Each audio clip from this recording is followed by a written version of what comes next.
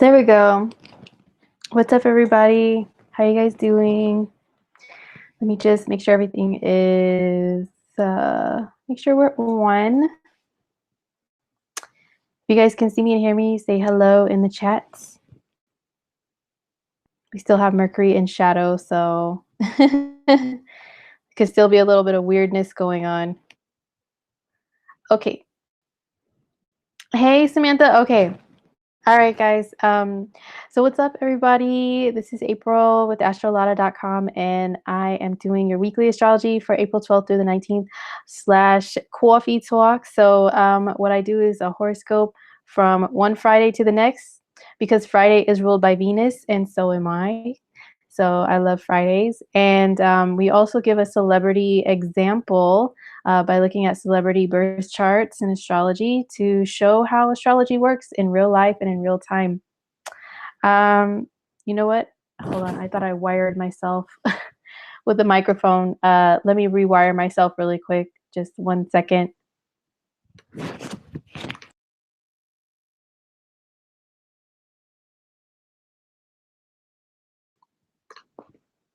Okay, it's fine. I'm back.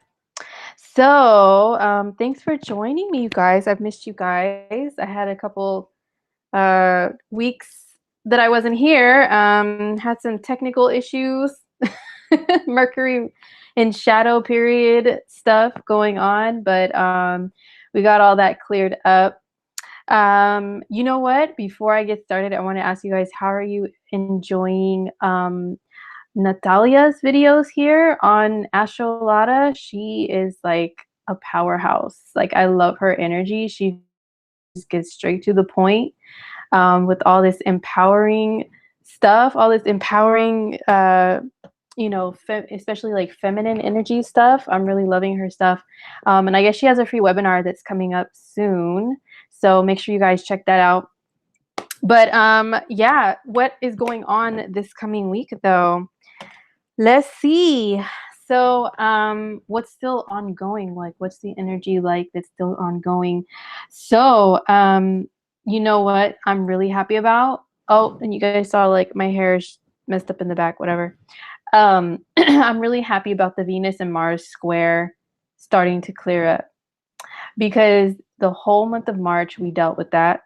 Okay, we dealt with it in other signs, and then Venus switched to Pisces, Mars switched to Gemini shortly after.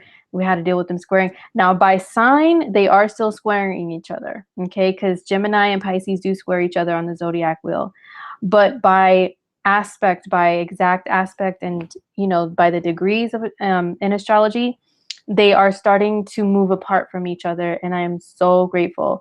And also we have Mercury is still in its shadow period until it switches into Aries. And I will be talking about Mercury in Aries in this broadcast too. But as soon as it gets into Aries, it's done with this crazy emo Mercury retrograde in Pisces. Oh my gosh, you guys, it's like every sign that I've spoken to a lot of people. I've read a lot of people's comments and posts and everything. I have heard and seen everybody say that this was one of the most challenging Mercury retrogrades that they have gone through. And you know what? I think it's because of the fact that not only is it in Pisces, which is a sign that is very confusing at times on its own. It's not very direct. It's very vague a lot of times. And it's because it's been hovering back and forth, crossing Neptune in Pisces. So that kind of doubles the Piscean energy of things being uncertain and our emotions being heightened and being in our own heads about things, very emotionally in our own heads, and maybe not always seeing reality and logic and seeing things how they may truly be. We just have this very emotionally driven, thought process and perception of things. It's brought up a lot of old, like Pisces and Neptune, they rule being a victim, like the whole victim savior role stuff that goes on.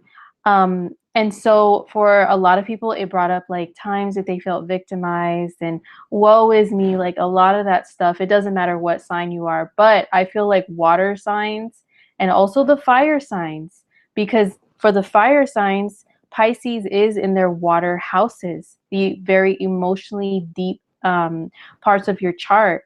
So I think water and fire, you know, it's been like really, really emo, a really emo time, but that is ending. Oh my gosh, I'm so happy about that.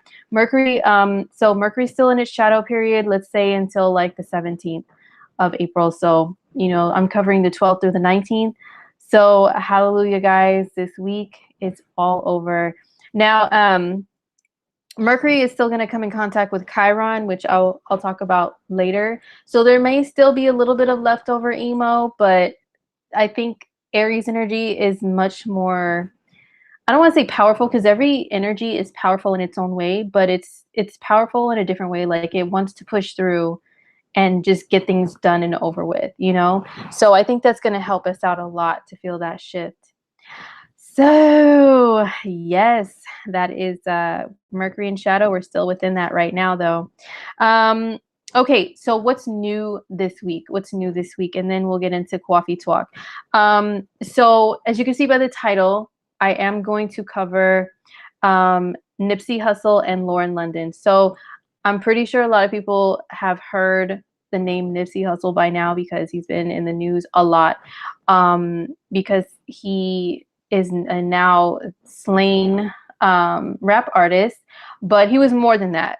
Okay, I'll get into that just a little bit, but I mostly wanted to cover the relationship between he and his longtime girlfriend, Lauren London, who is an actress.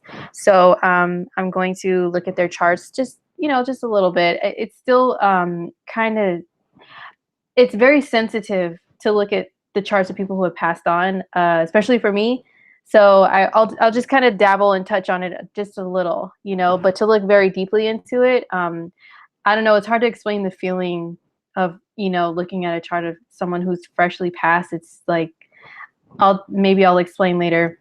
So I'll just kind of skim the surface a little bit, but look at their relationship. We'll do that at the end. Okay, so let's talk about what's going on this week energetically. On the 13th, this is when this exact aspect happens, but it is still, you know, a buildup that has happened over like the past week. And then, you know, but on the 13th, we have the sun in a square aspect to Pluto. And yeah, it's already been building. And then even after the 13th, we'll still feel some of it, but it'll be like kind of trailing away. But sun square Pluto energy, that is, you know, both the sun and Pluto are very powerful energies. They are about power in their own ways. The sun is like, it's male energy, it's masculine energy. It doesn't have to mean like physical male, but it's masculine. It's about, you know, it's about like showing yourself, like who you truly are and being proud. You know, the sun rules the sign of Leo, which is very like, it could be very masculine in its own way, and about yeah, just not being afraid to show off, like if you're talented in something, or it's like really believing in yourself and in what you can do and just doing it, you know. Masculine means like action oriented. The sun is very action oriented energy, and especially being in a fire sign in Aries, that's like that itself, you know. And then so it's squaring Pluto, which is a challenging aspect. It's a frustrating aspect between the sun and Pluto. And Pluto is also about power, but Pluto's power is more hidden than the sun. Like Pluto rules the sign of Scorpio. And you know how Scorpios can walk into a room and they don't even really say much. They could be standing against the wall, like leaning against the wall, just kind of scoping everybody out, you know, and with like an RBF, if you know what that stands for, just a straight face that's like hard to read, like a poker face. You know, that's what Scorpio does. And we just kind of look around at everybody and observe everybody. But there's this certain like underlying, you know, power that Scorpio has, and people feel it and they get intimidated. But it's a quiet, powerful energy, which is Pluto, right? So these two are challenging each other. But Pluto is in the sign of Capricorn. And you know what? This energy, I feel like it can cause maybe some power struggles because both planets are about just that. I know I keep saying the word power, but yeah, they are about power in their own way. But you know, Aries energy, it wants to just charge full speed ahead, head first. Aries does rule the head, you know, on our physical body. So it really does just want to head first.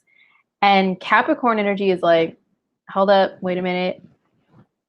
Do you know what you're doing and why? Aries energy. It's like Capricorn energy is like a cop, you know? Like I picture Aries energy is like a dude with spiky hair and a red sports car, right? And then Capricorn energy is like a cop, you know, like an older cop too at that, that's really strict. So he wants to stop Aries energy and ask him like, where are you going? Why are you going so fast? Like, don't you pay attention to the speed limit? Don't you calculate things and control things? So I feel like there could be some sort of like power struggle energy between people who just like, if you just really want to go after something, you know, the sun is squaring Pluto, but it's also still in a square to Saturn as well, I believe.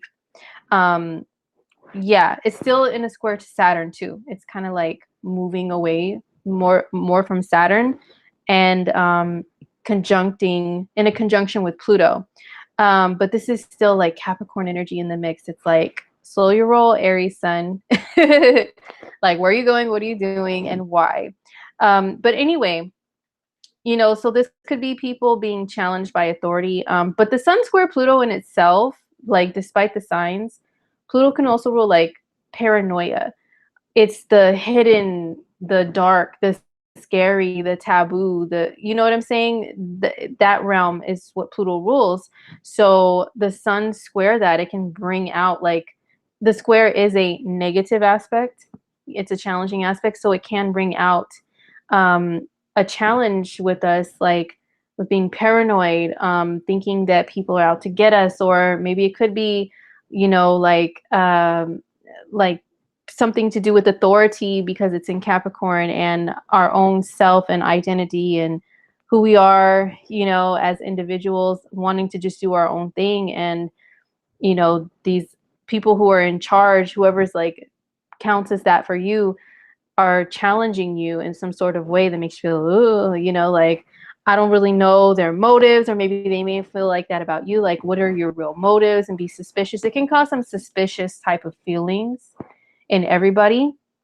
So if you've been feeling like a little more, you know, having to look around, look over your shoulder, like kind of really suspicious, then that is the sun square Pluto. But yeah, it can bring out power struggles between rebellious people and people who are in charge. People who want to just show off and show out when it comes to their power and what they want to do and the actions that they want to take, and people who are more like quiet about stuff like that. So there could be something there that's a struggle. Okay, let's see. Oh, hey, what's up, Chaos Theory? Let me see what you guys are saying. While I take a drink of water. Thank you guys for being here. Okay.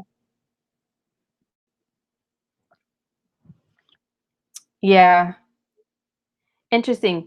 Yeah, so that's the sun square Pluto. So once again, it is exact on the 13th, but it is still going to continue to be something that goes on during this whole week.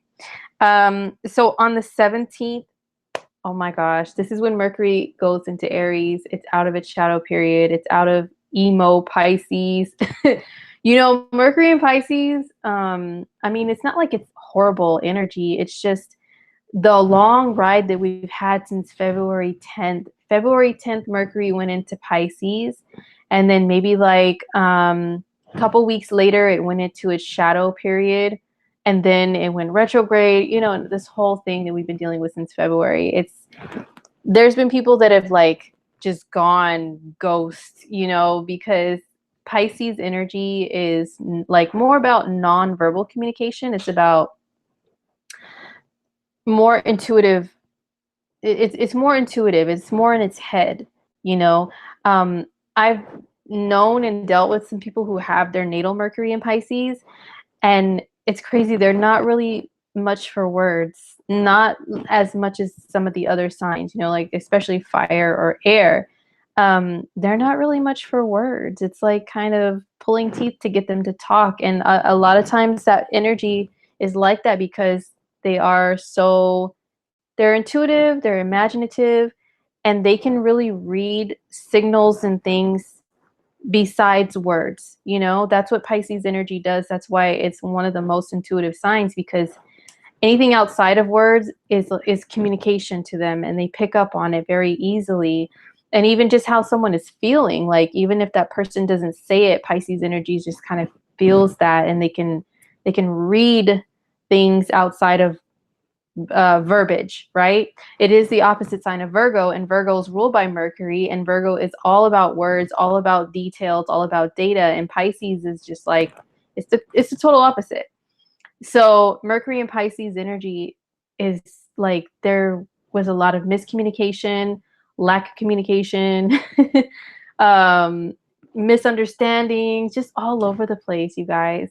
But it is a very creative energy. It's very intuitive, like I mentioned earlier. So, you know, if you are a creative person or an intuitive person, you could have had some really good things come out of Mercury being in Pisces.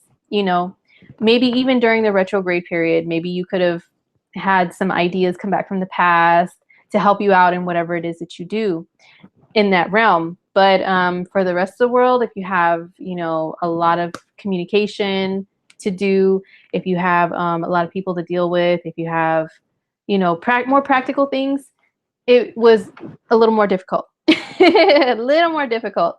Hard to function with all the water. But anyway, so I just wanted to say that, because I know I've been saying, oh my God, thank goodness it's out of Pisces. Like, and I don't want people to think it's horrible energy, and then Pisces people get mad and start saying, oh my God, you're bashing Pisces. Look, my moon sign is Pisces. Okay. So I know the good and the bad of both, like personally. But now it's going to move into Aries on the 17th of April. And so we do have Mercury being in fire now. You know what? Mercury in Aries is funny to me. Because I think of like people that I've known that have this natal placement, and it's much louder. Listen, things that that we were confused about, things that people were not saying, but they really needed to say. There's a lot more clarity that's going to be brought when Mercury shifts into Aries. Trust me, Mercury in Aries is one of the loudest Mercury signs. Aries is ruled by Mars, and Mars is fire and it's anger, and it's just like, I'm here, you know, and it's all about like taking charge. And so Mercury in that sign is it's very direct, total opposite of Mercury in Pisces, which is all in here and just kind of waiting for other people to speak. No, Mercury in Aries is like, me first, I want to speak, I have something to say. So the shift will be nice. The only thing is, Mercury is going to be in a conjunction with Chiron right away. Okay. So like everything, as a seventh houser, I'll say there's good and bad to this, to everything, because I do see both sides totally all the time. So let's just get the bad out of the way. Bad. With Mercury conjunct Chiron. So, you know, Chiron, wounded healer. It is where we have, it's a soft spot for us, you know. With it being in Aries, I mean, it depends on where Aries is at in your own natal chart, of course, but Mercury is our thoughts, where our thoughts are at, and what we're communicating about. And when it shifts into Aries and it conjuncts Chiron, it's like maybe people will be still talking about being a victim, you know, victimization in a way, but it won't be as soggy as it was when it was in Pisces. It'll be more like, yeah, I went through this, but you know what? I got over it. Mercury and Aries energy gets over things very fast. It's quick to anger, but even quicker to get over it. Be like, yeah, you know what? I went through this, but I got through it. You know what? This is painful and this hurts, but how can I just get over this? How can I get past it? So we could be looking at our victimization, our victimhood in that perspective. There's a GIF or GIF or whatever meme that goes around sometimes that's like, this is what it's like for the energy to shift from Pisces to Aries. And it's like, I don't know, maybe it's an audition for like one of those top model shows or something. There's this lady and she's just crying. She's like, and it's like they call her name or something, and then right away she stops crying. She's like, oh, okay, let me run up there. They called my name. I don't know if you guys have seen that, but it's so funny because it is like that. That is what Pisces to Aries energy, like shifting. That is what it is, what it feels like. So yeah, Mercury's going to be there. So our communication will be more loud, more direct, and maybe even a little more vulgar. Mercury and Aries people, they swear a lot. Most of them, Mercury and fire, mostly Mercury and Aries and Sag, I've noticed, are some of the biggest, like, they curse like a sailor, like the old saying goes. They're very blunt, very direct. They just say whatever. So yeah, we may all have a little bit of that within us as a collective. But yeah, I'm glad for the shift. I'm not happy to deal with angry people. My Venusian nature is a little allergic to that. People will be like more quicker to anger and say things that, hey, if they're pissed off about something, they'll just say it. They'll not like hold back as much. But it's very direct. So if you don't like direct, I mean, I'm sorry, but that's what the energy is. So that is on the 17th, Mercury going into Aries out of Pisces. Yay! All right. So, and then we have a full moon in Libra. We have a full moon in Libra on the 19th.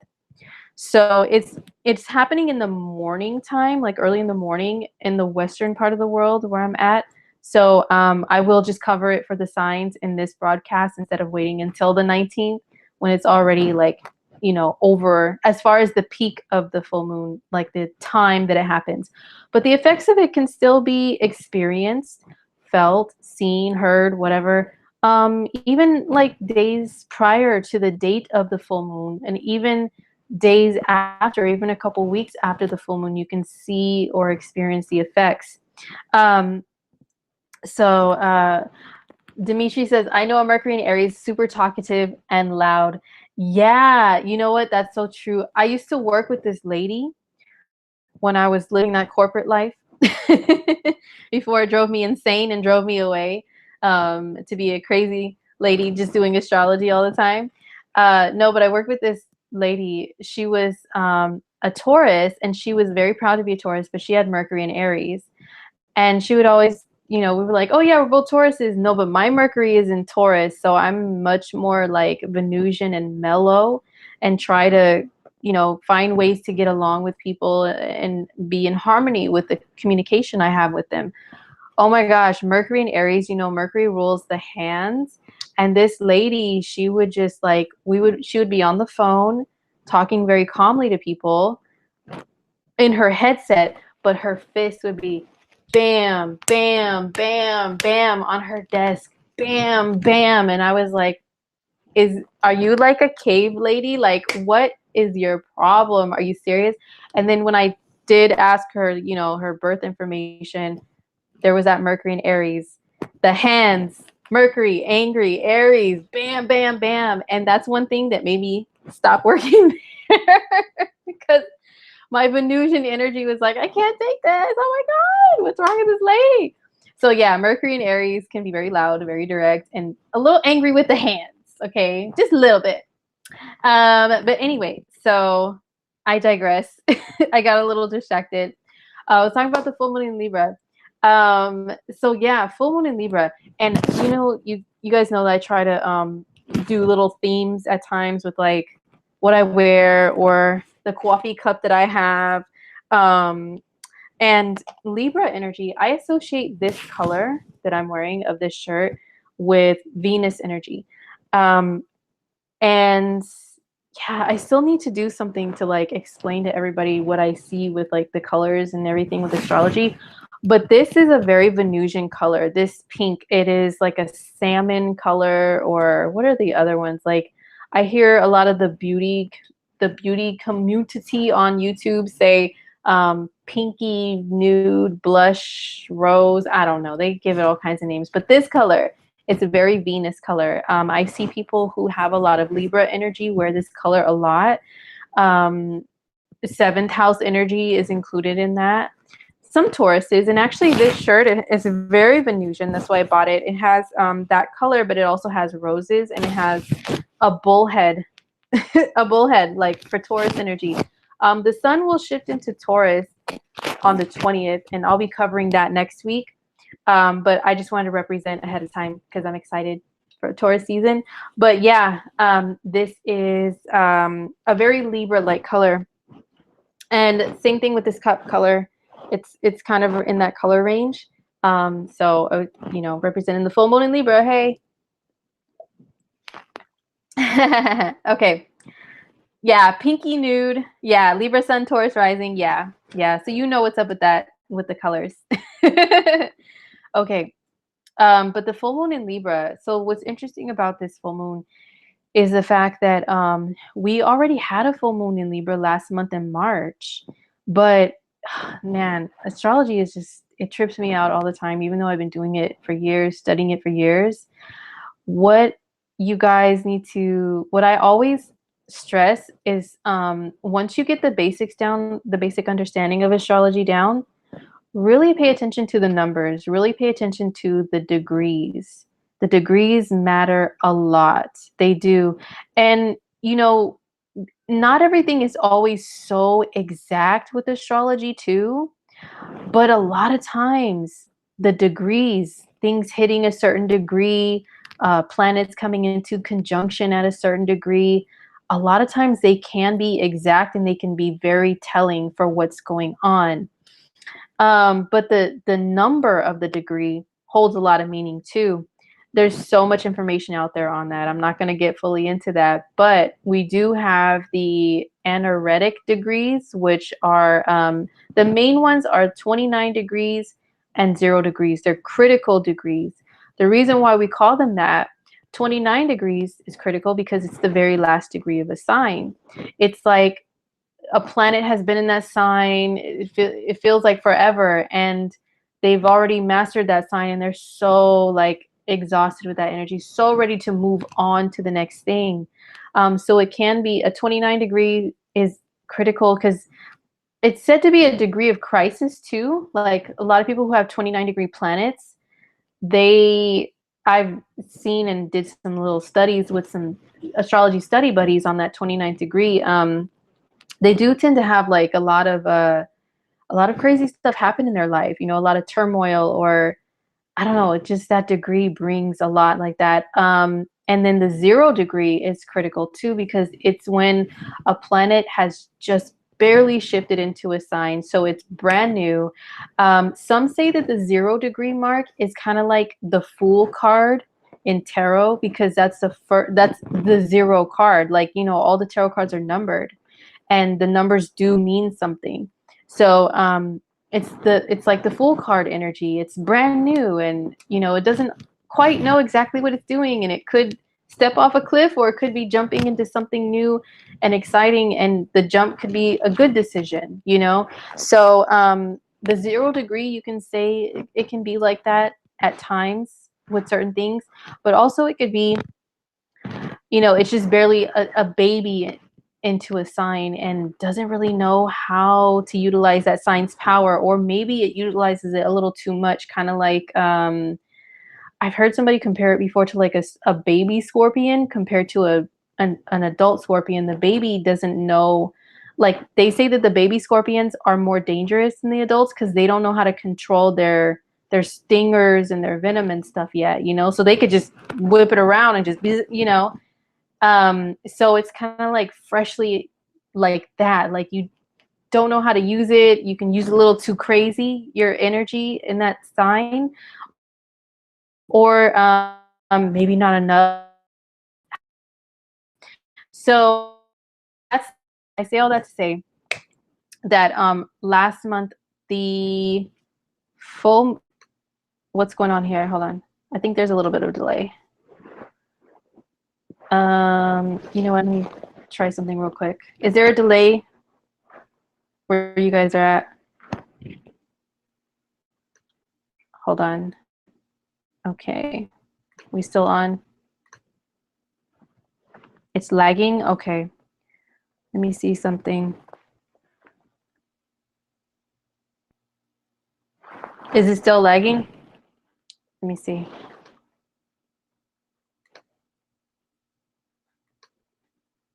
Sorry guys, let me just make sure.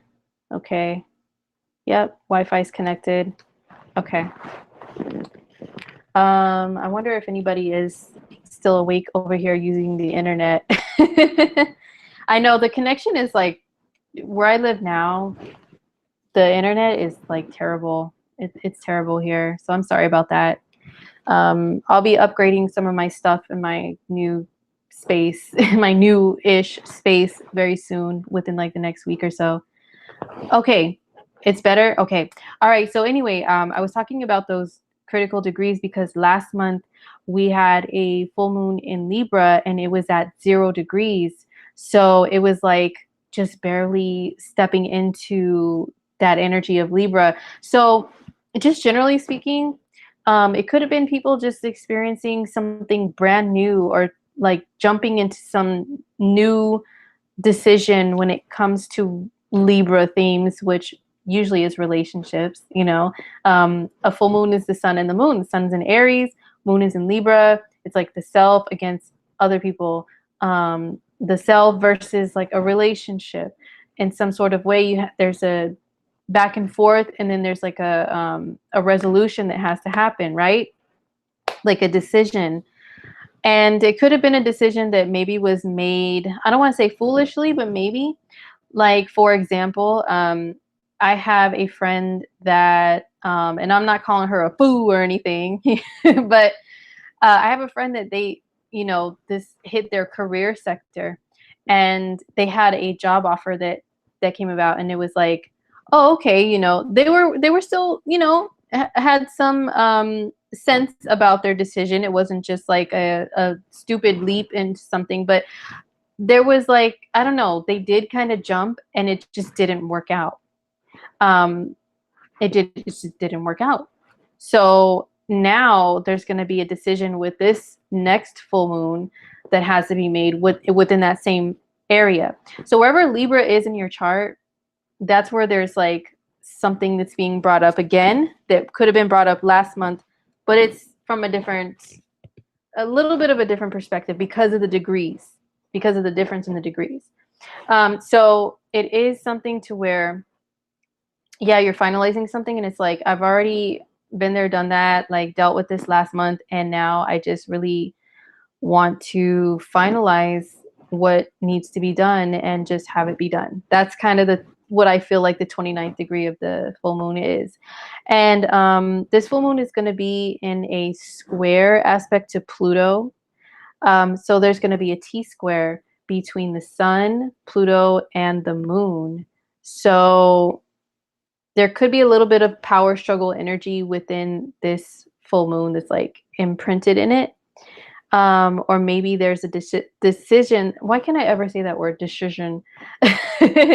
There's a decision that has to be made, and maybe people will have some fears about it, or before they make the leap, they'll have like some fears that come up, or maybe there is a power struggle, or maybe it's an internal struggle, or maybe it could be a decision that really wants to transform you in some sort of way, but you need to not hold yourself back from being able to do that, you know?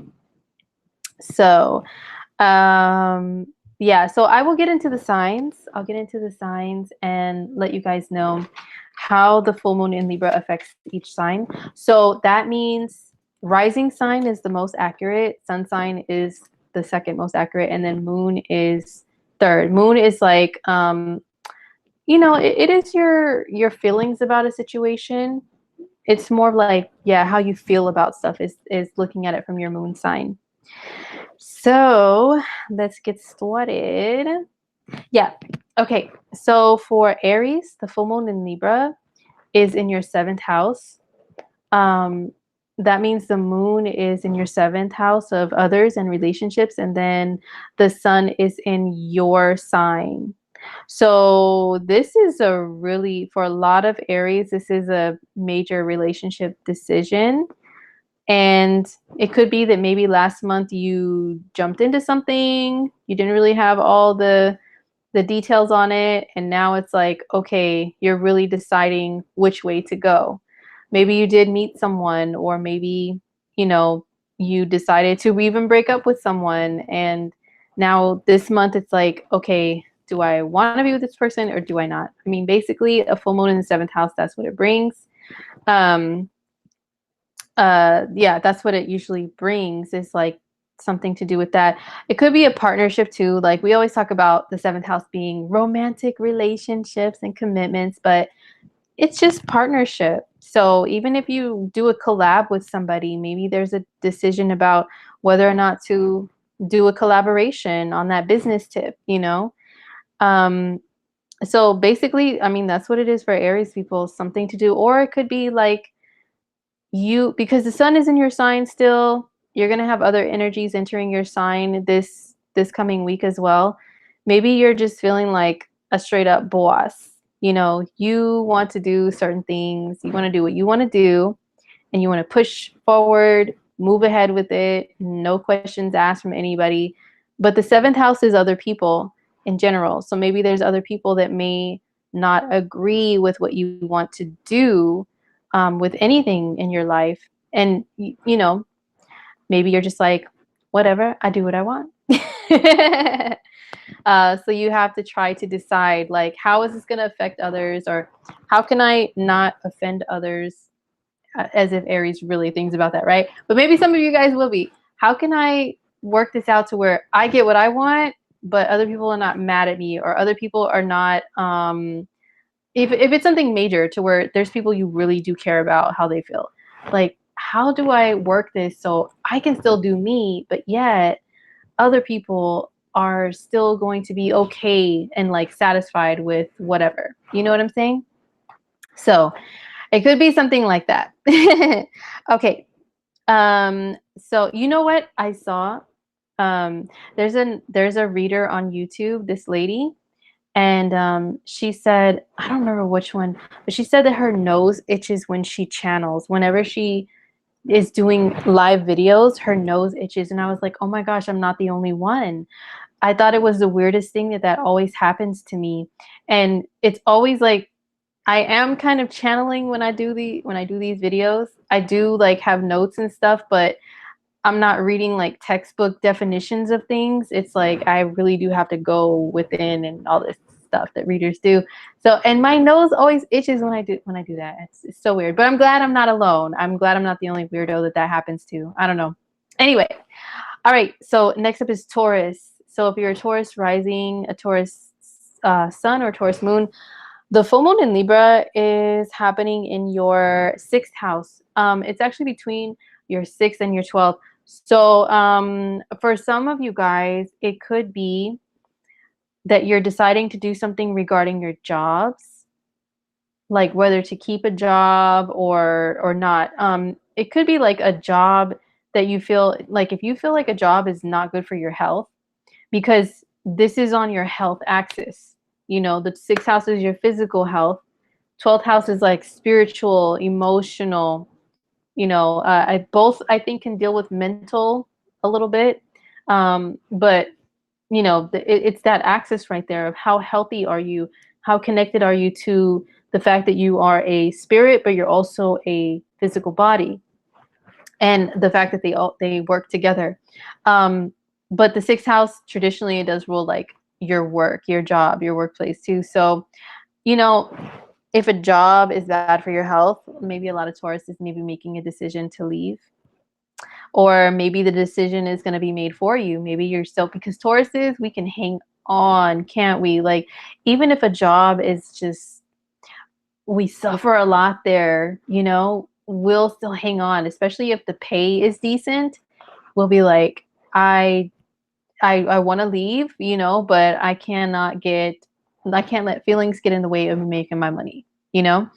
Um, and so Tauruses will stay and troop it out, even if we don't like a job. But you know what? For a lot of Tauruses, if you're in that type of situation, maybe you might be removed from it some kind of way. That can be, like I said, maybe the universe makes the decision for you. And if that happens, and Tauruses, we can get real devastated if there's something negative that happens, something that happens outside of our control. That has to do with our money, like losses of money, loss of a job or something. But you know what? If something like that happens during this lunar cycle, that's why I'm telling you guys about it. You know it's within divine timing. You know something better is out there for you, even though it sucks. And Tauruses do not like to be left high and dry without knowing that they have a secure way to make money. But that's not every Taurus. I'm not saying all Tauruses are just going to get fired from their jobs or laid off or let go. But sometimes that's a possibility. I'm not going to sugarcoat, you know, but it could be that you decide that you want to leave a job. Maybe you had like a little feeling last month in March with the last full moon in Libra, like, you know what, I'm just not feeling this job anymore, but I'm not totally sure. Let me try to weigh it out. And then now with this full moon, it's like, you know what, I really can't take this anymore. I have to get out there and interview. I have to do something, you know, because like I said, with it on the axis of the 6th and the 12th, this could be your peace of mind, 12th house. This job disturbs me, my peace of mind. I just feel like I'm always feeling like I need to run off, run away and get away and escape, you know, the 12th house from this job because it's not good for me. Or it could be, you know, the 6th house stuff where it's like, it gives you anxiety or you don't really get to take care of yourself properly because you're overworked. You know, there's just something in the realm of work and or health, either way, that there's going to be a decision made there. So, yeah. And sometimes it could be that with the 6th and 12th house axis, even if you're not like somebody who works a job, it could be like you're letting go of some sort of like addiction or something negative that you do with your health. Because the 6th and 12th house axis can deal with addictions too.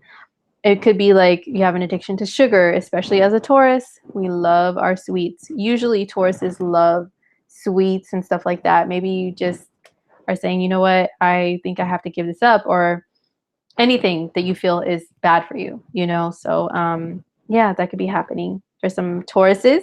Okay, so now on to Gemini. So if you're a Gemini rising, Gemini sun or moon, the full moon in Libra is in your 5th house. It's in your 5th house on the 5th and 11th house axis. So for some Geminis, that can mean a final decision regarding dating. And maybe last month the full moon brought something up. Maybe it brought you someone new or brought a decision of, you know, deciding to go in a certain direction with someone or to cut someone off with dating. And I mean like casual dating, like just the fun, you know, you guys know all about this, Gemini, the fun, casual, flirty, going out on dates, texting each other, having a grand old time doing that stuff, not necessarily like committing, that type of dating. So there was something that happened last month and now it's revisited and it's like a final decision. Like, you know what?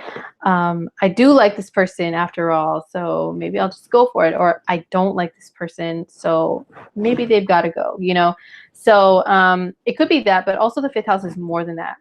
There's so much more to the 5th house.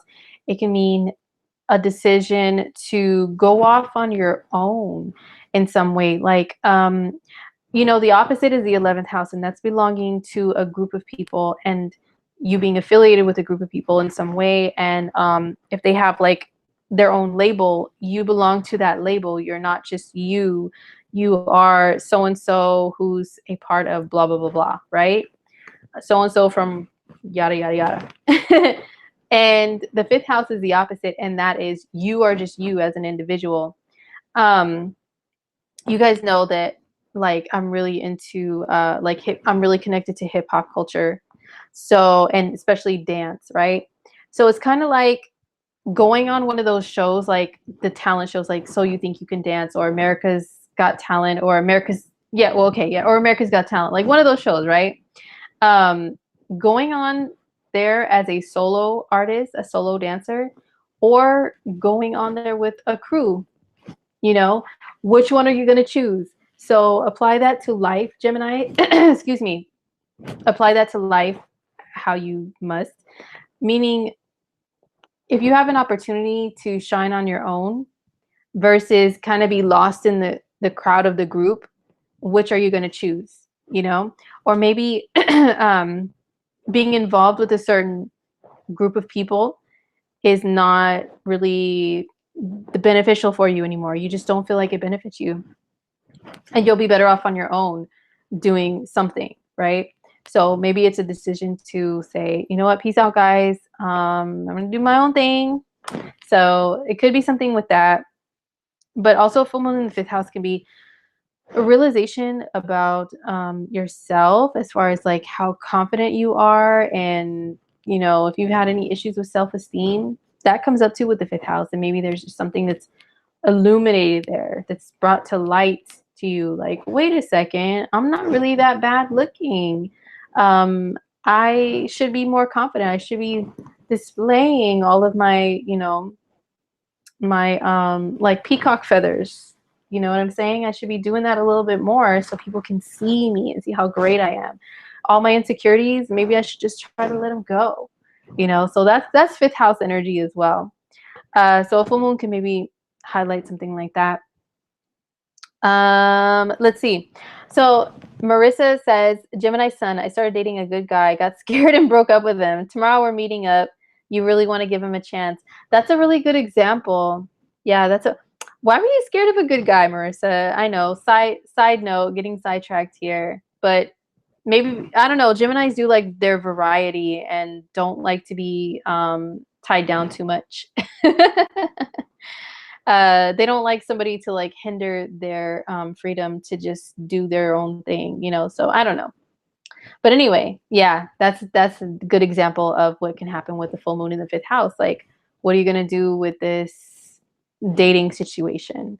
So anyway, now on to Cancer. So if you're a Cancer rising, a Cancer sun, or a Cancer moon, ooh, this full moon is in your fourth house. It's on the axis of your fourth and 10th. And you know, fourth house energy is very closely related to the energy of Cancer, because you guys are the fourth sign in astrology on the wheel. And anything that we talked about, this fourth house, has some similar themes to the energy of Cancer. So you guys, your sign is very family oriented, home oriented, and those are your focuses in life mostly for Cancers. And the fourth house deals with those things too. So what does that mean? Well, maybe it's a decision about where you live. Maybe last month's full moon in Libra was like, maybe it just brought something to your attention, or maybe you did jump and make a decision about living somewhere and say, you know what, I'm out of here. You know, or you know what, I do want to buy this house. Let's roll with it. Or you know what, I do want to move. Let's get it started. Let's get the process going. And then this month's full moon is finalizing something with that. Maybe it is changing your mind and saying, you know what, I think I'm just going to stay where I'm at. Or I don't think I'm going to sell that house after all. Or, you know, anything to do with the home front. There's a decision that's very important being made there. And it could have something to do with your career and your legacy and your place in the world as well. If you're a working Cancer, it could be like a career thing versus home. We had a new moon in Aries in your career sector a couple weeks ago. And I do know some Cancers that have gotten promotions, but there's still like some things that are not all the way completed with those changes within their job or their career. So maybe this one is like finalizing it, but it can affect the home front. For example, I know a Cancer that got a promotion, you know, with the new moon in Aries, but now the decision is their schedule. what are they going to do? Are they going to change? What are they going to change their schedule to with this new promotion? And it does affect the home front because they have children and they have to, you know, cooperate with and collaborate with other people in the household and their schedules too, to make sure that everything works out with them having this promotion and still having a good grasp on like home life. And you know, so that's what the axis of the fourth and 10th house, you know, a full moon there can bring. Maybe it could be something to do with like relocating, like, you know, you want this job, but it'll make you have to like move so you can be closer to it. Something along those lines. There's just home and career really being brought to the forefront. And it can be a very emotional full moon. Every full moon is emotional for Cancers because this is your ruling luminary or planet. And full moons especially, oh my gosh. It doesn't matter what sign it's in. And new moons, I know a lot of Cancers. I have several Cancers very close to me. And even new moons can make Cancers very emotional. I've dated a couple Cancers, and yeah, even just a major lunar phase, they just, I don't know, you guys just really get really in your feelings. But this full moon it's a full moon and it's in your house of Cancerian themes and deep emotions. So just letting you guys know, this one is major, okay? And yes, you may cry a lot and get like really in your feelings. It could have you guys also like something to do with like a family relationship. You know, if you don't have a career or that's not really what's going on for you, it could be a family relationship that's being healed in some sort of way. Parental figures are found on the fourth and 10th house axis too. The fourth house is just family in general. And, you know, maybe the decision is more about family and where you live, but like that can still affect your career in some sort of way. All right, guys. Everything is emotional for Cancers. Yes, Sarah. Very true. Very true. Let's see. Fourth house Libra, last full moon. Your mom moved in with me and she's a Libra moon. Wow. It did affect the household. The next full moon at the end of the month, she's moving. Wow. Yeah. See some things to do with moving. Yeah, definitely. For some, and you're a fourth house Libra. That means you're a Cancer rising. That's interesting. Okay, guys. So next up is Leo. So if you're a Leo rising, a Leo sun, or a Leo moon, the full moon in Libra is in your third house. It's on the third and ninth house axis. So for you guys, there's something to do with, I mean, the average things that we say are like communication, the way that your mind works, your perspective on things, how you view and see things and comprehend them and process the information is all third and ninth house. But geez, sorry. I live in apartments now and the walls are so thin and there's always some weird noises. Some weird noises are like music at annoying times when there shouldn't be loud music through the wall. Okay, anyway. Okay, so third and ninth house axis for Leo.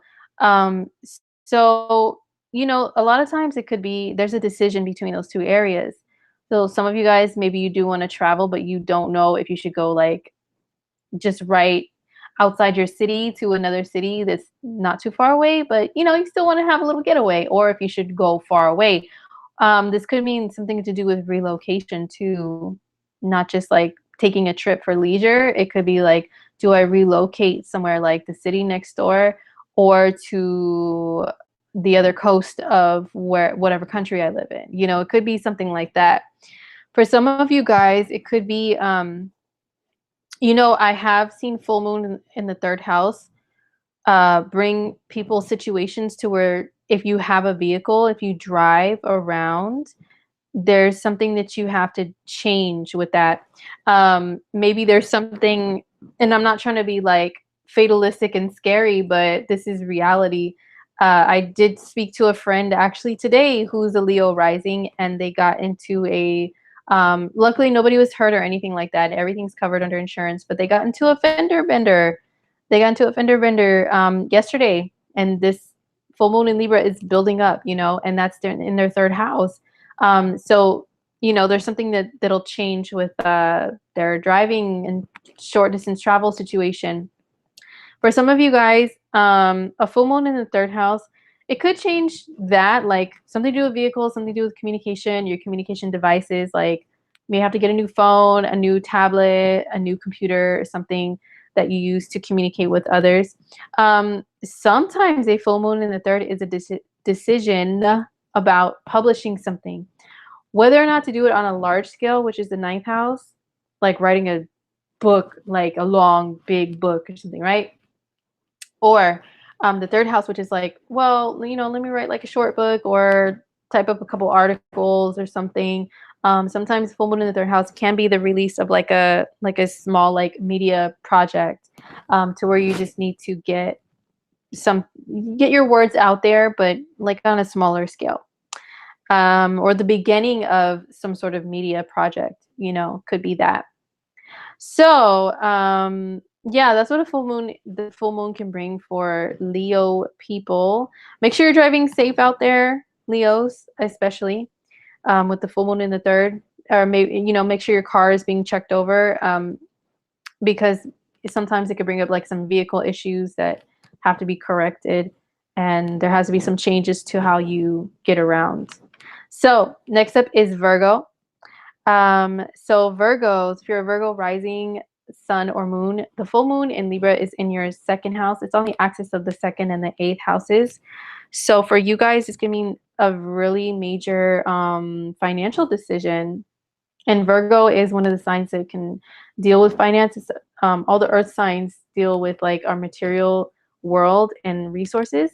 So for you guys, this can mean literally your material world and resources, that you guys are having some big change there. Maybe last month it was like, okay, I got this new job, because the second house is your earned income by your own efforts. So that means your paycheck that you earn by your work.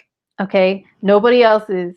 This is not like money that's handed to you. If you got a sugar daddy, sugar mama, you know, you got like a lawsuit or something. No, the second house, that is your money that you worked hard for. So maybe there's something that's changing there, but it is on the axis of the second and the eighth house does deal with that sugar daddy money, that lawsuit money, that child support money, if you have a loan, you borrowed money, you know, stuff like that. So there's something between those two areas that has to be balanced out and decided upon. So yeah, maybe I was saying maybe last month you started a job or you quit a job, and now this month there's something that you're finalizing with that decision. Maybe some of you guys, I know it's hard to like imagine a Virgo that doesn't work because you guys are the sign of work, but maybe some of you guys were not really working. You were actually, you know, somebody was taking care of you or helping you out. Now the decision that has to be made is, what job am I going to get so that I can take care of myself and be more self-sufficient now? Maybe you were being supported by like someone, maybe a spouse or something, but now you're being cut. You know who this makes me think of, who's also in the news right now? His birthday, I don't know, it's a little sketchy. Everything about this man seems a little sketchy though. Wendy Williams' soon to be ex-husband, Kevin Hunter, his birthday that's put out there has him as a Virgo sun. And look what's happening. He is being cut off in some kind of way, from like an eighth house source, which would be spouse's money. And I'm sure he'll get something, you know, because of their situation and him being management and all that stuff too. But now the second house, excuse me, that is becoming more self-sufficient, self-reliant financially and with your resources. Sorry, you guys. So that's what's building up with this full moon for him. If I'm thinking maybe he is a Virgo, then he could definitely be a Virgo. So yeah, a situation like that. Hopefully the rest of you Virgos are not doing some mess like that out there, okay? To your spouses. But for some of you guys, it could be that, you know, there's something that changes with your income, and it could have something to do with a relationship or a spouse or a business partner. Maybe there's a beginning with something which ends one thing, or vice versa in those areas. Yes, you guys are definitely up on all the tea. Speaking of tea, let me take a drink so I don't completely lose my voice. Hold on.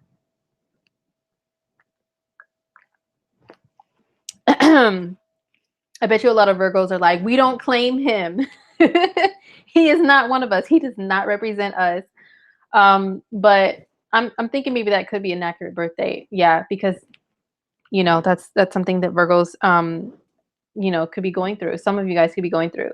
So some income shift for Virgos. I'm hoping that it's a good thing. I hope that the decision that's made is like, you know, within your hands, and then it goes the way that you want. So good luck, Virgos. Okay, next up is Libra.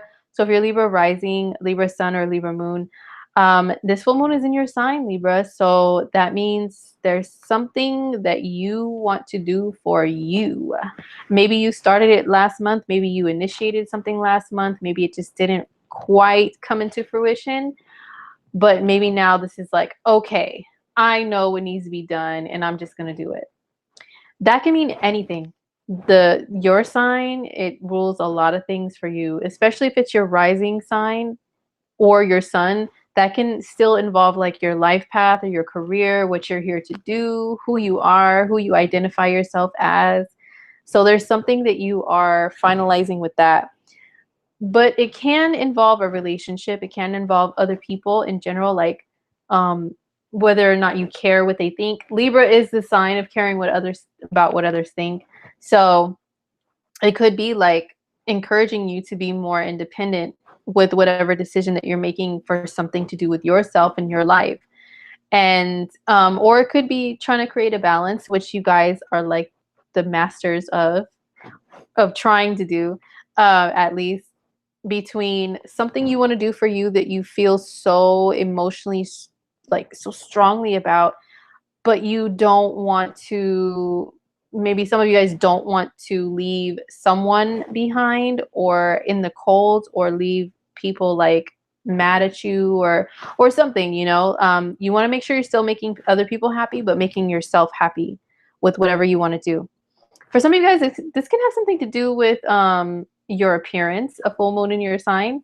Like, you know what, last month I got a consultation for a blah, blah, blah, blah procedure. And now this month, this full moon, I'm making the decision. I've done enough research.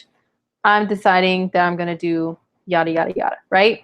For some of you guys, it can mean a relationship, like a love relationship, that there's something about it that it's just not working anymore. And maybe like it started to crack a little bit last month with that last full moon in Libra, where you're like, I don't know about this, but I'm going to still peep it out for a little while.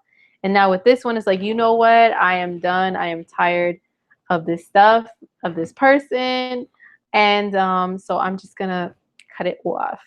But for some of you guys, maybe it's not the whole relationship, just trashing it and throwing it away. Maybe it's just like you want a new beginning within it. There's some things that you're like, you know what, I just am not going to stand for blah, blah, blah, blah with this person anymore.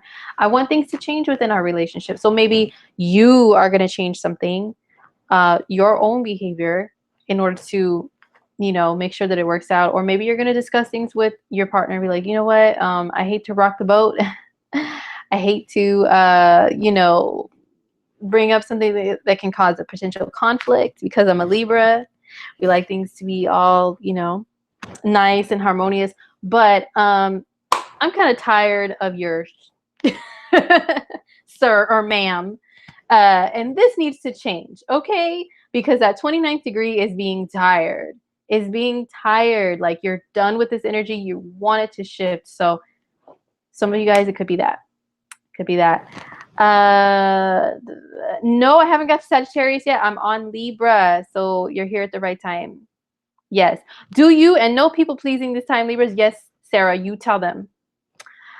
What's up, Jack? My friend Jack is in the house. He says, definitely doing me, more putting myself first instead of everybody else. Yes. So maybe it's not directly just one person in a relationship. Maybe it is just others in general. You just want to do you. hey, you know what? I'm going to stop caring about what other people think. Are they going to like me if I do this? Maybe it's just like, who cares? I'm just going to, whatever, I do what I want. Okay. All right. So next up is Scorpio. So if you're a Scorpio rising, sun or moon, full moon in Libra is in your 12th house. It's the 12th and the 6th house axis.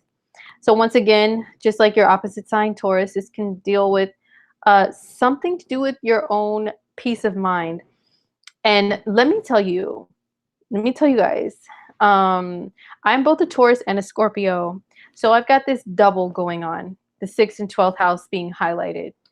And you know, one of the songs I've had on repeat for the last month with all of this Libra full moon stuff is by Kehlani, and it's called Peace of Mind. Literally, that's the name of the song. Okay, Peace of Mind. And it's like, it's hard to find my peace of mind, you know, whatever. That's kind of like the theme of the song. It's one that stays stuck in my head, and I love the song. I never get tired of it. It's kind of like a theme song right now.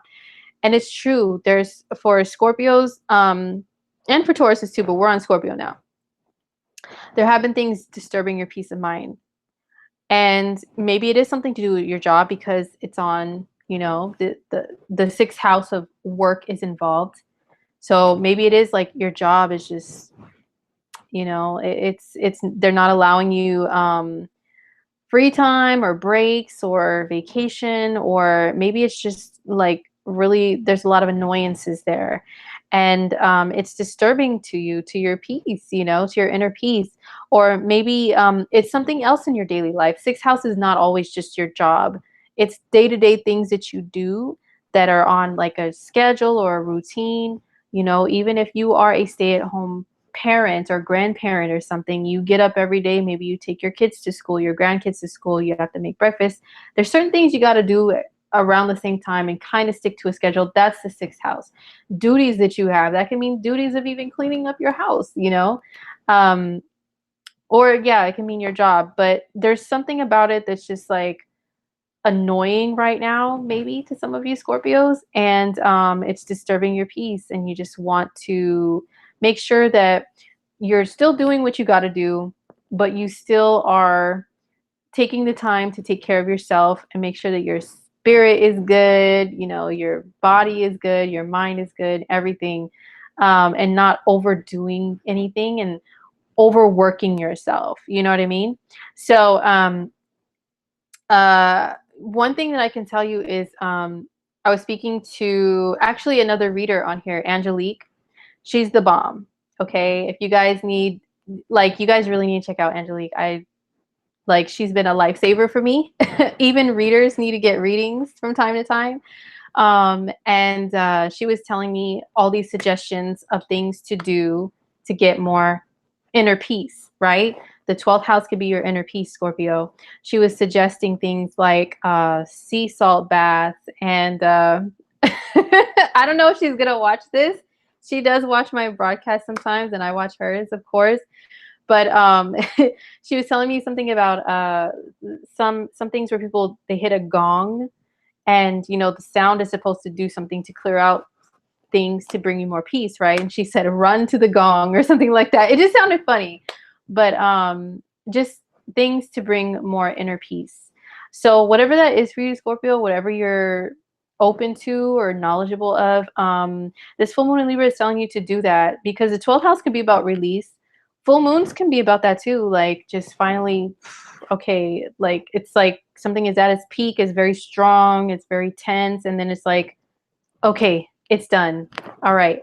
Especially at the 29th degree.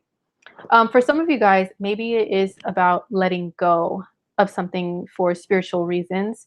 12th house is the last house in your chart before we get to your own sign, which is like, hey, I'm here. It's about me, new beginnings and all that. But before that, what do you have to do? You have to wrap up an old cycle, get rid of something, complete something. And sometimes it could be like some old stuff that's been hanging around back here and in here. So this full moon could be helping you to figure out a way to get rid of that. So yeah, maybe some of you guys may need some spiritual guidance or readings, or to do something that is physical, but also helps you like spiritually and mentally too as well. So that's what it is for Scorpios. So for Sagittarius, excuse me, Sagittarius, rising, sun, or moon. This full moon is in your 11th house. It's the 11th and 5th house axis. So, Sagittarius, this can be something that you guys are deciding, kind of like your opposite sign, Gemini, that has to do with maybe friendships or people that you associate with versus like shining on your own and being in your own spotlight that you're trying to decide. And you know what? I do have a lot of Sag friends, Sag risings especially, and a few of them they're actually dancers. Like how I gave that example earlier with Gemini. Like, it's like performing with the dance crew to where you're just in sync with everybody else, and you guys are all under one name versus you doing a solo act where everybody just sees you and they know your name and what you can do.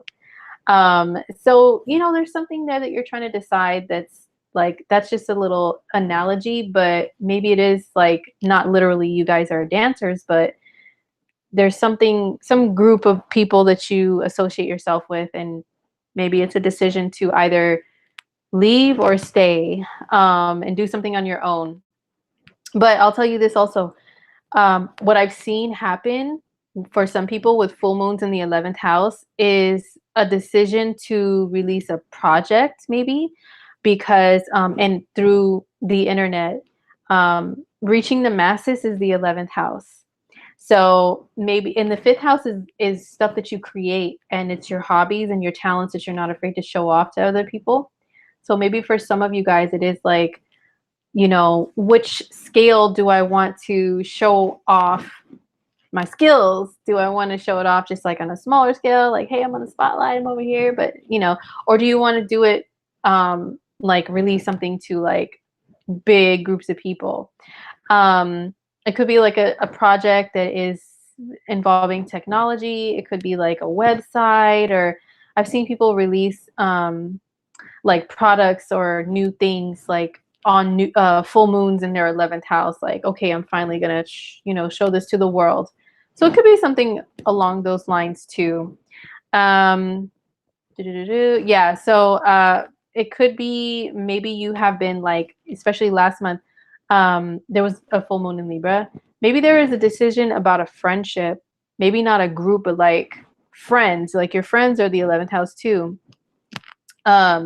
Maybe there's a decision that you had to make, something kind of like, scratch the surface a little bit last month, and now this month it's like, okay, whether to be, or it could be a decision whether to be a romantic partner or just a friend to someone.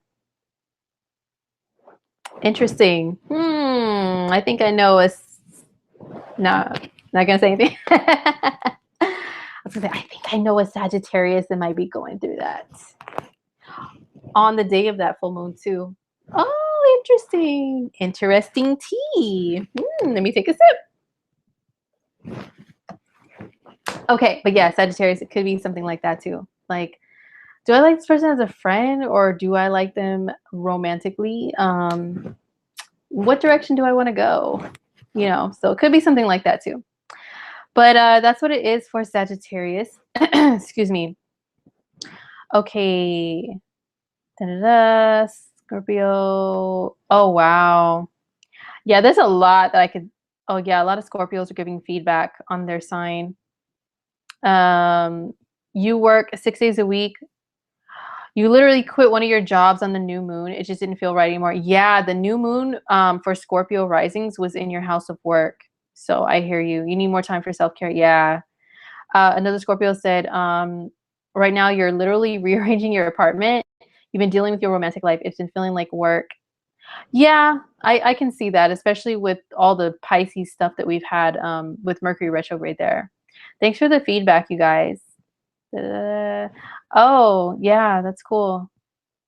Yeah, purge and get rid of stuff out of your apartment. That's a good thing for 12th house stuff too, is letting go of literal like material things. Okay. Yeah, you guys are having like a really good conversation. I like that. Okay, guys. So next up is Capricorn. So Capricorn, if you're a Cappy rising, sun, or moon. The full moon in Libra is in your 10th house on the 10th and 4th house axis. So you guys, just like your opposite sign, Cancer, have something like career and family related. The person that I spoke about earlier with Cancer, they're a Cancer sun and a Cap rising. So they have it double. So it's like, it really is a decision. Like they got a promotion and now it's like, okay, now I have to change my schedule and I have to decide what the schedule is going to be because I have a child and I have to make sure that it goes along with everybody else in the family, you know, whatever schedule that I pick. So it could be something to do with that, or maybe it is like you guys have an opportunity because it's in your career house. You have an opportunity to maybe like move, but it will require you to switch your career, or vice versa. Like you have a career opportunity, but then it's like, oh, well, I might have to move, relocate somewhere, you know, to another city or, you know, somewhere closer to my job because I've got this like huge, you know, promotion or whatever. I know another a Cappy son. Yeah. That they've got some promotion type stuff going on with work and, you know, being given a little bit more responsibility, stuff like that. So that's what could be going on for you guys. Cappies, you guys are the 10th sign of the zodiac. So 10th house is kind of like your territory, like your home base, you know, you're like things that are Capricorn-esque, Cappy related. So Cappies, a lot of you guys really do care about your reputation, if you're respected, your career, which can mean like the title that you have. Um, you know, so this is something that you're deciding, or that could be decided for you about any of those things. So for some of you guys, maybe it is not just a promotion, but maybe you guys are tired of where you're at and you're looking elsewhere, to change your career path, to change the place that you're at. Maybe you do want a different title, but the company you're at doesn't offer that, or maybe that you've already capped out, pun intended, on how far you can go. And caps like to keep climbing higher, you know? So maybe it's a decision to go somewhere else because they have more opportunity for you to advance and keep moving up further, you know? So maybe it's something to do with that for some of you guys. Okay. Da-da-da. Oh, there's still a lot of Scorpio. Wow, there's a lot of Scorpios in the house. But you know what? It's nighttime where I'm at. And Scorpios, we tend to be night owls. Nighttime people. But anyway, I'm on Capricorn, guys. So Cappies, yeah, there's some major career decision that's going on with you guys. Career and family stuff that's happening. So, you know, it's like you gotta make sure that those two areas of life are balanced out. Maybe last month something came up that kind of opened a door to some sort of change with your career, but then it's like, well, I don't know how this is going to work out with my family or where I live. And now it's like being finalized with this full moon, because the full moon is at the final degree of Libra. So then it'll be more clear to you, like with this full moon, what you need to do, what's the best direction to go to make sure that home life is good, career is good, it's all working out. People aren't mad at you because, oh, well, now you're going to be working extra hours and we're not even going to see you anymore, Capricorn. Something like that. Okay. Yeah. Interesting. Okay, so I mean, that's what it is, Cap. It's mostly career stuff or your legacy. Some stuff to do with your legacy, like who you're going to leave certain things behind to, not necessarily like materially. That's more the 8th house, and this is 10th house stuff.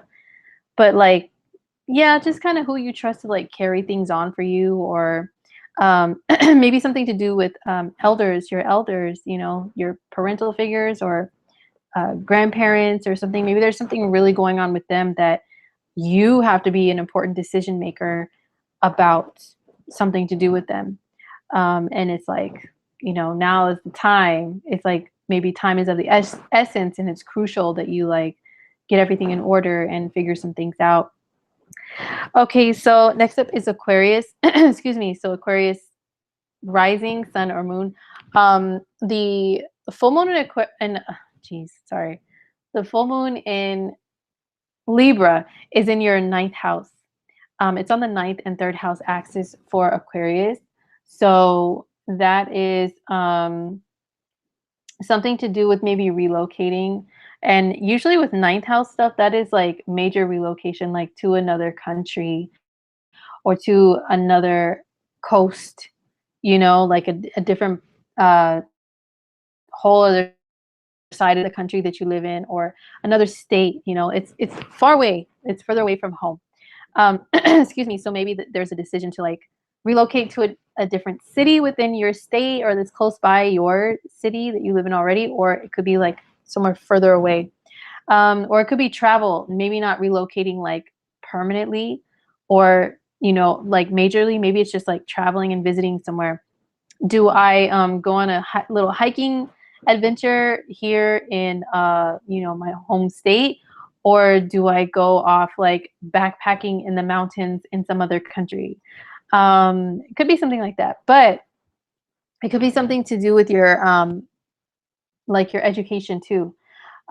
Learning something and a major decision about it. Like, do I take a few little classes here and there about something, or do I like take a full on, college, what do they call it? Like a track or I don't know. I don't remember the terms. It's been a minute since I was there, but like a whole, you know what I'm saying? Like a program to where you're on the pathway to like a major degree. Like, which way do I turn with that? But it could also mean something to do with like you changing your perspective on some things too. Like ninth house is things that you strongly believe in and you will defend and be like really blunt with people about. So maybe there's something that you're seeing in life from a new light, maybe a new belief system you're trying to adopt, or a new, that can even mean religious. Like maybe you didn't have a religion before and now you discovered one that really resonates with you and you're like, okay, I think I'm going to join this now because maybe last month, scratch the surface a little bit, introduce you to it, and you're like, I don't know. And now you're like, okay, yeah. Or maybe last month you jumped into something and this month you're like getting out of it. Like, oh no, this place seems a little too like a cult to me. So I don't think I'm gonna mess with this. But it could just be, yeah, some really strong opinions and beliefs that you have, and something is illuminated there.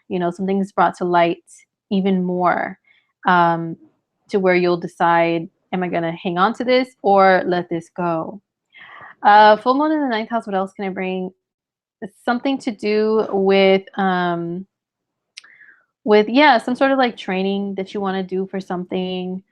Something like, let's see, Aquarius rising, you're taking a class to get certified. Yeah, that's definitely something that that axis can bring. Like, should I get small like certifications, or should I go for like the big, the big dogs? You know what I mean? Like I have a blah blah degree and blah blah blah blah blah. Something that you can like, it's this real like fancy title that you can show off. Either one to me is good because it shows that you learned something, you went through the process of learning, but on paper, that saying on paper, that's the third and the ninth house axis sometimes. Like, how do I want to look on paper, to impress other people with my knowledge? You know what I mean?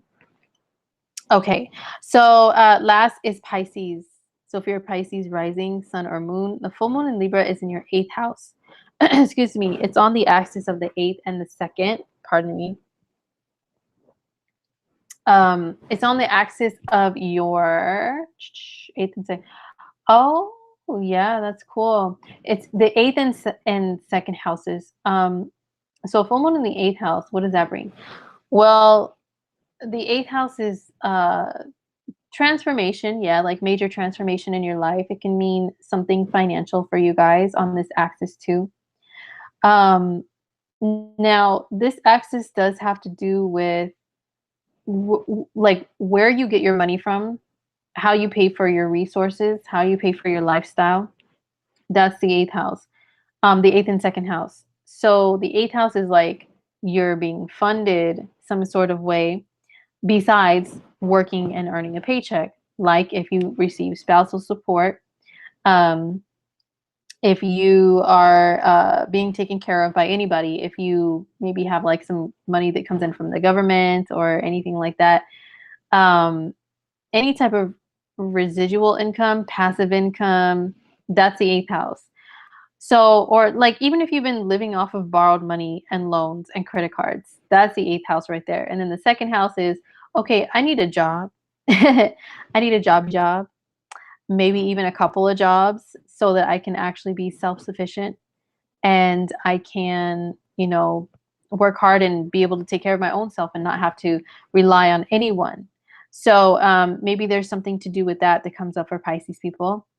Eighth house can be like even if you share bills with others, it doesn't even have to be a romantic partnership. It can mean others in your household. If you share bills, there could be like some major decision being made, like, okay, if I cover this, you cover that, or hey, this is how we're going to split this stuff.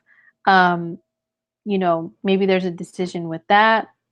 And the eighth house also, it deals with major experiences, like emotional experiences, could be sometimes traumatic experiences. It's also like if you had like a really deep soul connection with somebody, sometimes that's found in the eighth house. And it's those ones that really leave an imprint on you, and they can be hard to break and hard to let go of. So maybe some of you Pisces are working on letting go of something like that. My moon sign is Pisces, and I can tell you guys that that's exactly what I've been working on. Is with the eighth house full moons is trying to let go of some of those situations that are still lingering in the back of my mind and even in the front of my mind, being able to let go of them because maybe those situations did some transformation that is beneficial to myself and the other parties, and those bonds, maybe they're really hard to break, but maybe there has to be some release, or it could deal with like traumatic experiences and you're still they're letting them haunt you in some sort of way.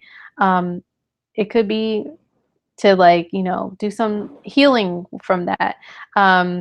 Maybe going to seek some sort of therapy, whether that is like traditional therapist or that is like spiritual or something with that too. Could be a full moon in the eighth house, like just finalizing, cutting off some sort of toxic situations. Even the eighth house does rule toxins.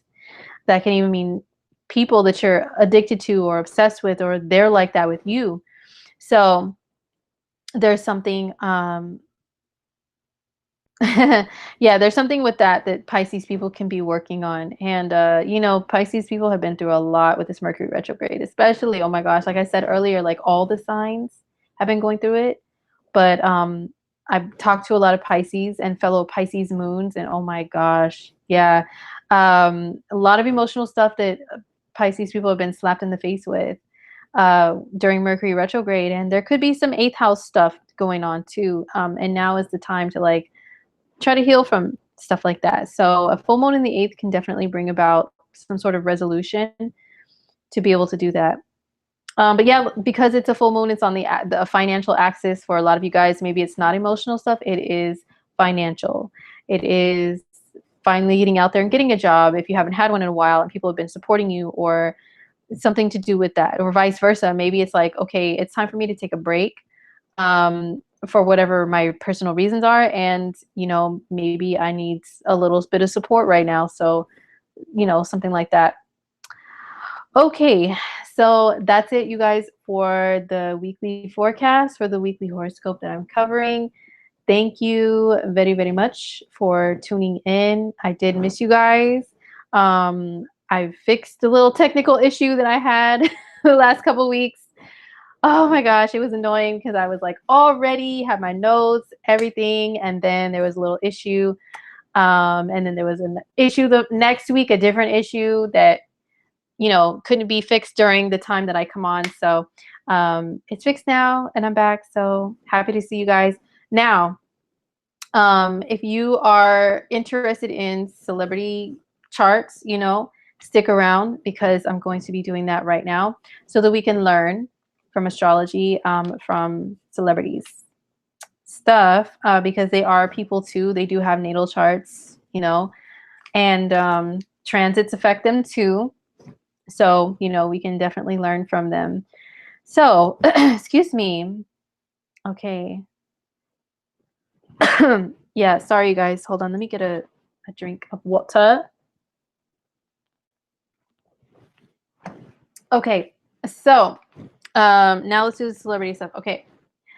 So, as seen in the title, I'm going to look at the chart of Nipsey Hussle. So, if you guys don't know who he was a rapper and he was from Los Angeles, and he really cared about his neighborhood and his community.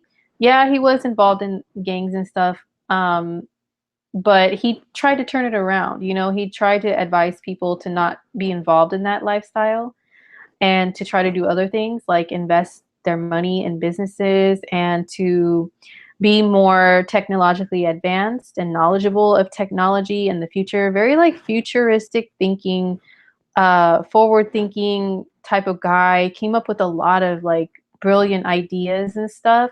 So, you know, he was much more than just like a dude that was a rapper. That's why there was such a huge turnout and such a big deal made about his passing because of a lot of reasons. So, he was dating an actress, Lauren London. She's been in like several movies and they had a child together. I was just curious about their synastry. So, like I said earlier, like when people pass, even if it's a celebrity, I didn't personally know them. Sometimes looking into their chart when it's like still fresh, you know that they've passed. Um, Even not even celebrities, just like regular people. It's I don't know. I get like a really weird feeling, like especially here. Like I get like heaviness here. Um, so I'm not going to look too deeply into things because I don't want to feel that. But I'll mention some personality things and we'll look at their relationship, you know, to see like, did they have any important points in their chart that really show like them having a deep connection? Because it seems like on the surface, at least, if they were a really good couple together. And oh my gosh, she's like, real. I could tell by her speech, she's really deeply hurt by this and that was like a soulmate of hers. Let's look in their charts though to see do they have any of those soulmate factors that tend to be ones that pop up a lot when we look at relationships in astrology. Okay, excuse me. All right. Okay, guys. So let's take a look at. I'm gonna screen share. I'm gonna screen share the charts here with you guys, so that way we learn. George Lopez. I love George Lopez. So that way you learn. Okay. So you can see here. Let me just make sure we're good here. Okay. Okay. Oops. Okay. All right. So this is Nipsey Hussle. Okay. So I do not have a confirmed birth time for him, but I feel like he could be a Libra rising. There's some there's something a little scorpionic about him too. I feel like maybe he could be a late degree Libra rising or maybe Libra rising with Pluto in the first to bring like he has like a Libra features, facial features to me. And people compare him a lot to Snoop Dogg and Snoop Dogg is a Libra. So that's not the only that's very like surface level, but still like they have a certain finesse about them. Like I don't know, there's a smooth Libra vibe there, very similar between the two people. But yeah, so I think he could be a Libra rising, but he has that Pluto, that Scorpio vibe too. So I'm gonna say this could be a rising for him. It's all speculative. And then when people are visionaries, a lot of times I see a very strong like Uranus or Neptune presence, or they could have 11th or 12th house very strong. When someone is a community person, most of the time they have a very strong Uranus, or they have most of the time it's like Aquarius and or 11th house energy that they have when they're like all about their community, all about other people. They're very humanitarian, they're very futuristic, um, come up with a lot of genius and brilliant ideas that involve technology. They're quote unquote ahead of their time. There's usually Aquarius or 11th house involved, or maybe Uranus. So that's why I figured he could be a Libra rising, late degree, maybe Sun in the 11th, and 11th house Leo in whole sign. That means all the rest of his moon, Mars, and Mercury could all be counted as 11th house energy as well. But there's also like a Capricorn-esque, like business, having a good business sense, um, energy that he had too, especially being someone who strived to be a business owner and a boss, and wanted to encourage people to be their own bosses, and gave a lot of business advice.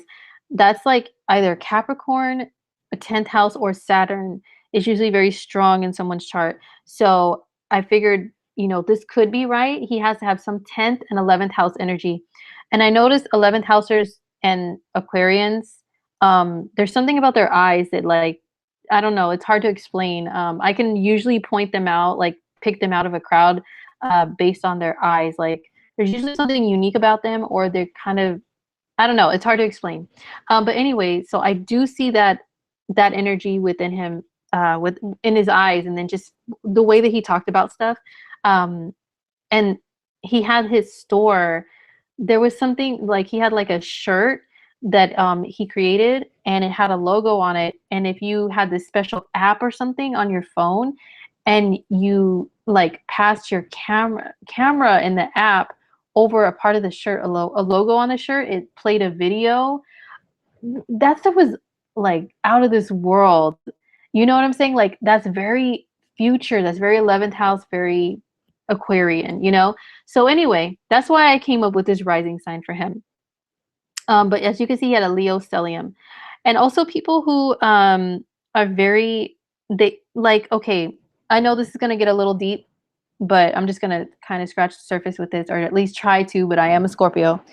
Most of the time when I find that people are mostly rappers that still want to stay in their hometown, their city, their hood, their neighborhood, they still are very closely associated with it. Usually they have planets in Cancer. People who are involved in gangs, most of the time I find some energy in Cancer or fourth house energy, because of a lot of reasons.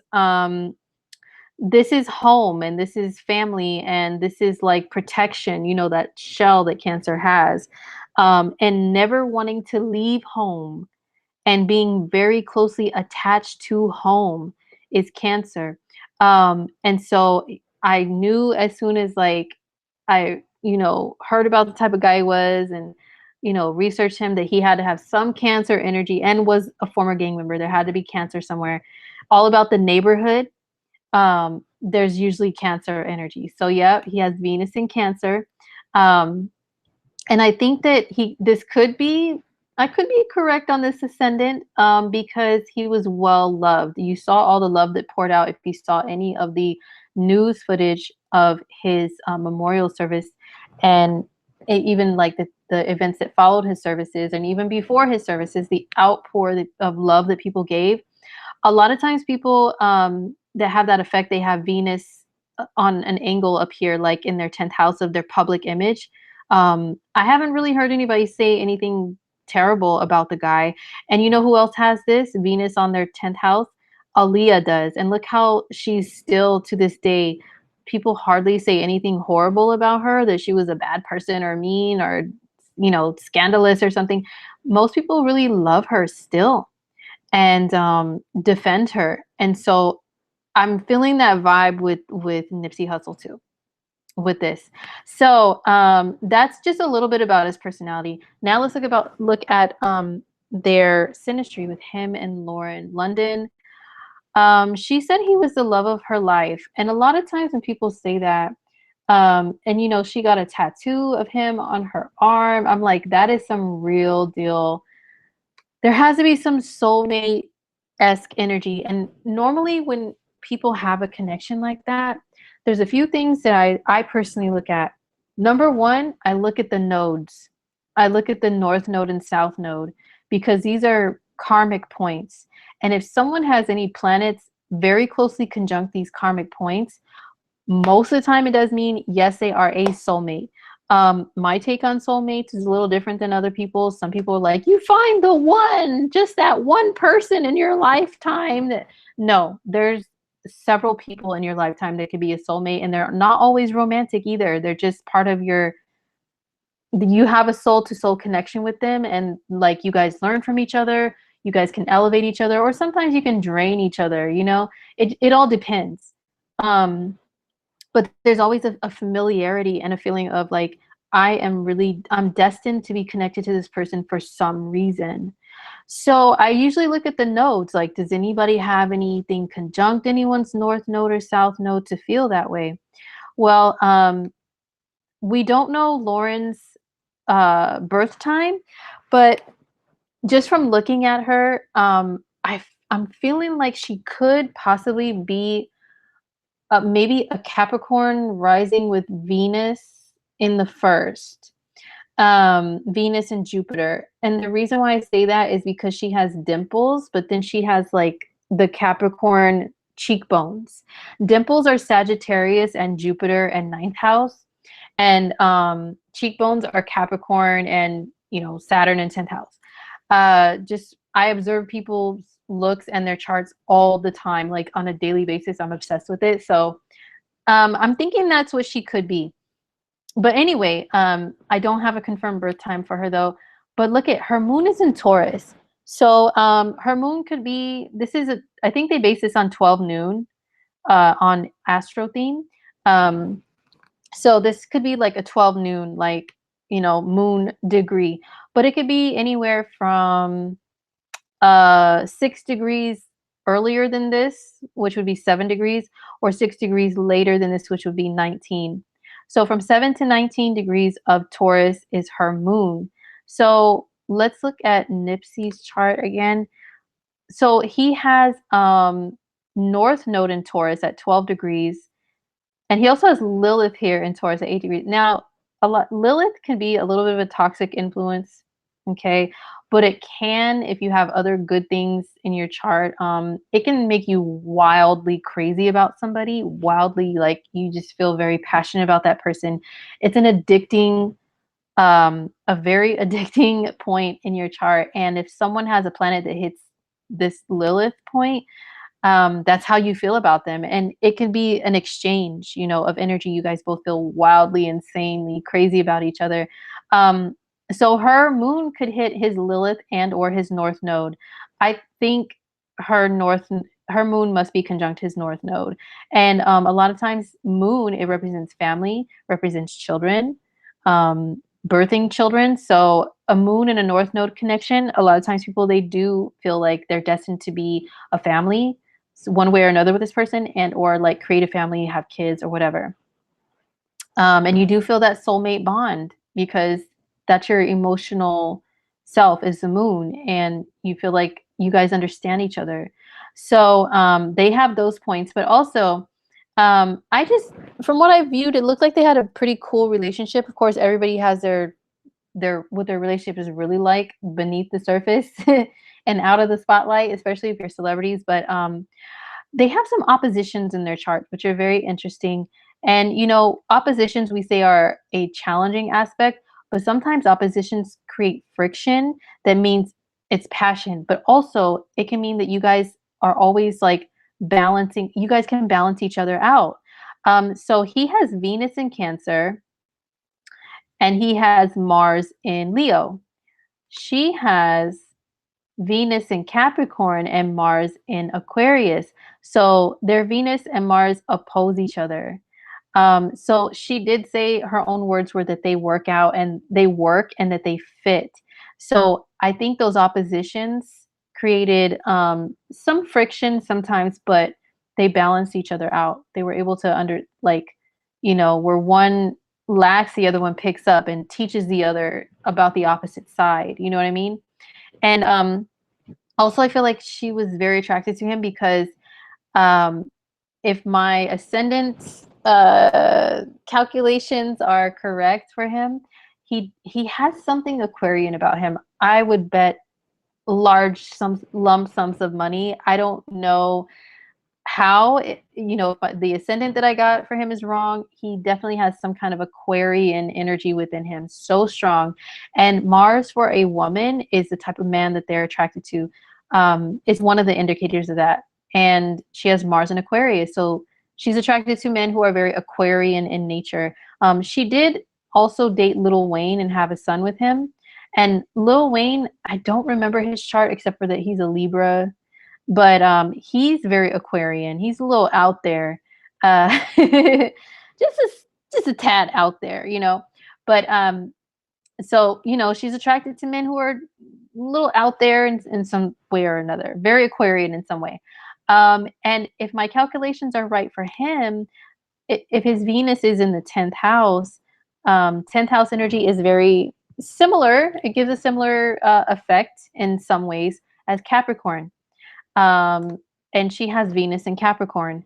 So that's why I feel like they could, why their relationship was a long relationship, and they seemingly a pretty good match for one another. And if he's a Libra rising, she has Juno in Libra. Juno could be like the ideal marriage partner asteroid, and maybe he fit the bill some sort of way. But yeah, that's pretty much all I'm gonna look at, guys, so I don't get that heavy in the chest feeling. But interesting stuff, right? Of course, let me know your thoughts in the chat, and while this is still live, and also in the comments of what do you guys think? What do you think about their relationship? What do you think about what do you think his rising sign could be? What do you guys feel, if you're like intuitive and study astrology and stuff? Okay, let me see what you guys are saying in the chat before I sign off here. La la la la la la la la la. Okay. Let me see. His mom said he was very stoic. Yeah. Yeah, and I saw the speech by his brother. His brother said that he was really quite the hustler. That when they were kids, they used to do little odd jobs for money, and somehow he would come back with all this money. Like he really hustled hard. And plus, his brother said that he built a computer when he was like 12. And people who are very knowledgeable of computers in that way and can build them, there's usually something very Uranian about them. So they have a strong Uranus or Aquarius or 11th house presence in their chart when they're really like savvy and smart with like technology and computers like that. So I'm telling you, I would bet money, big money on him having some sort of that energy very strong in his chart. Okay, let me see what you guys are saying. Soul family and soul contracts. Yeah, with the moon conjunct the north node, we do find that a lot.